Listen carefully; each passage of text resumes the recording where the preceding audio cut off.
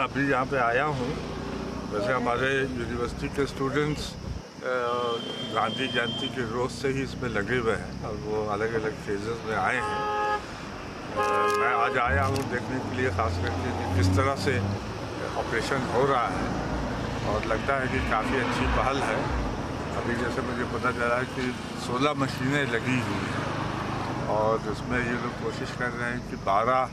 अपने से ये लोग खुद भी अपनी मशीन लगाएं, ताकि ये एक जो समस्या ख़ास करके समर में ज़्यादा होती है ये रिस्पेक्टेड, तो उसका एक अच्छा रिज़ल्ट आएगा और कल होकर के टूरिज़म और हर लिहाज से